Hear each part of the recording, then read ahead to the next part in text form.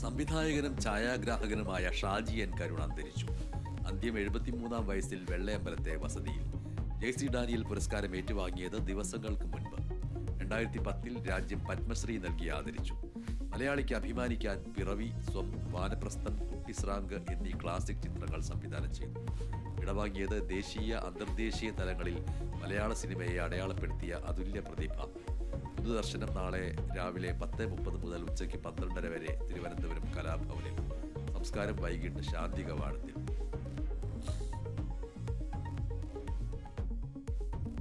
കൊച്ചിയിലെ ഫ്ളാറ്റിൽ നിന്ന് 6 ഗ്രാം കഞ്ചാവ് പിടികൂടിയ കേസിൽ റാപ്പർ വേടൻ അറസ്റ്റിൽ.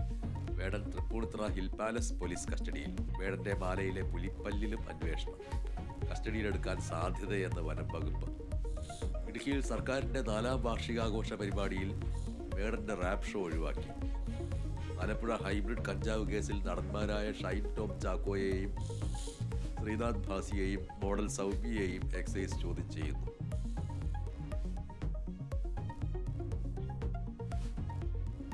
കൊല്ലം തുഷാര കൊലക്കേസിൽ ഭർത്താവിനും ഭർത്തൃമാതാവിനും ജീവപര്യന്തം.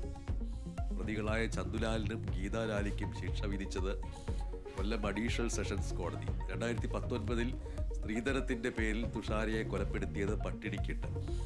28-കാരിയായ തുഷാര മരിക്കുമ്പോൾ ഭാരം വെറും 21 കിലോ മാത്രം. കേസ് രാജ്യത്ത് തന്നെ ആദ്യം.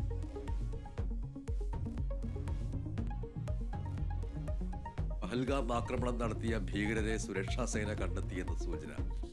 ആക്രമണം നടത്തിയവരും സുരക്ഷാസേനയുമായി കശ്മീരിലെ തെക്കൻ വനമേഖലയിൽ ഏറ്റുമുട്ടിയെന്ന വിവരം. ഡൽഹിയിൽ പ്രധാനമന്ത്രിയും പ്രതിരോധ മന്ത്രിയും കൂടിക്കാഴ്ച നടത്തി. ഇന്ത്യക്കൊപ്പമെന്ന് ആവർത്തിച്ച അമേരിക്ക.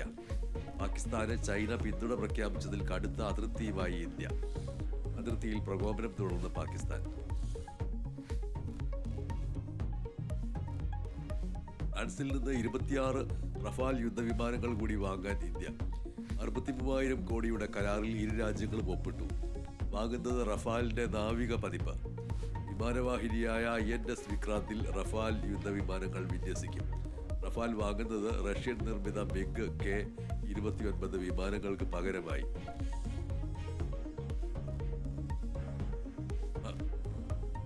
മലപ്പുറത്ത് തെരുവുനായയുടെ കടിയേറ്റ 5.5 വയസ്സുകാരിക്ക് പേവിഷബാധ. കുട്ടി ഗുരുതരാവസ്ഥയിൽ കോഴിക്കോട് മെഡിക്കൽ കോളേജിൽ. പേവിഷബാധ പ്രതിരോധ വാക്സിൻ എടുത്ത കുട്ടിക്ക്. പെരുവള്ളൂർ സ്വദേശിയായ കുട്ടിക്ക് നായയുടെ കടിയേറ്റത് കഴിഞ്ഞ 29-ന്.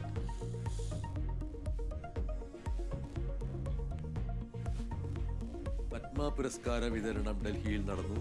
MT വാസുദേവൻ നായർക്ക് വേണ്ടി പത്മവിഭൂഷൺ ഏറ്റുവാങ്ങി മകൾ അശ്വതി.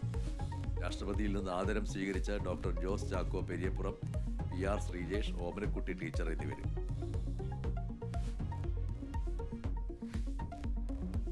ഉത്തർപ്രദേശിൽ മണ്ണിടിച്ചിലിൽ 5 സ്ത്രീകൾ മരിച്ചു. 2 സ്ത്രീകൾക്ക് പരിക്ക്. അപകടം ഇഷ്ടിക നിർമ്മാണത്തിന് മണ്ണ് കുഴിച്ചെടുക്കുന്നതിനിടെ കൗസംബി ജില്ലയിലെ തിക്കാർത്തി ഗ്രാമത്തിൽ.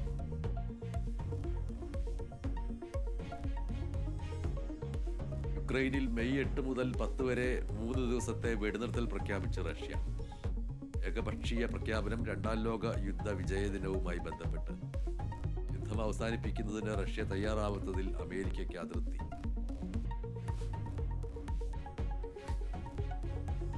മാർപ്പാപ്പയെ തെരഞ്ഞെടുക്കാനുള്ള കർദിനാൾമാരുടെ യോഗം മെയ് 7-ന്.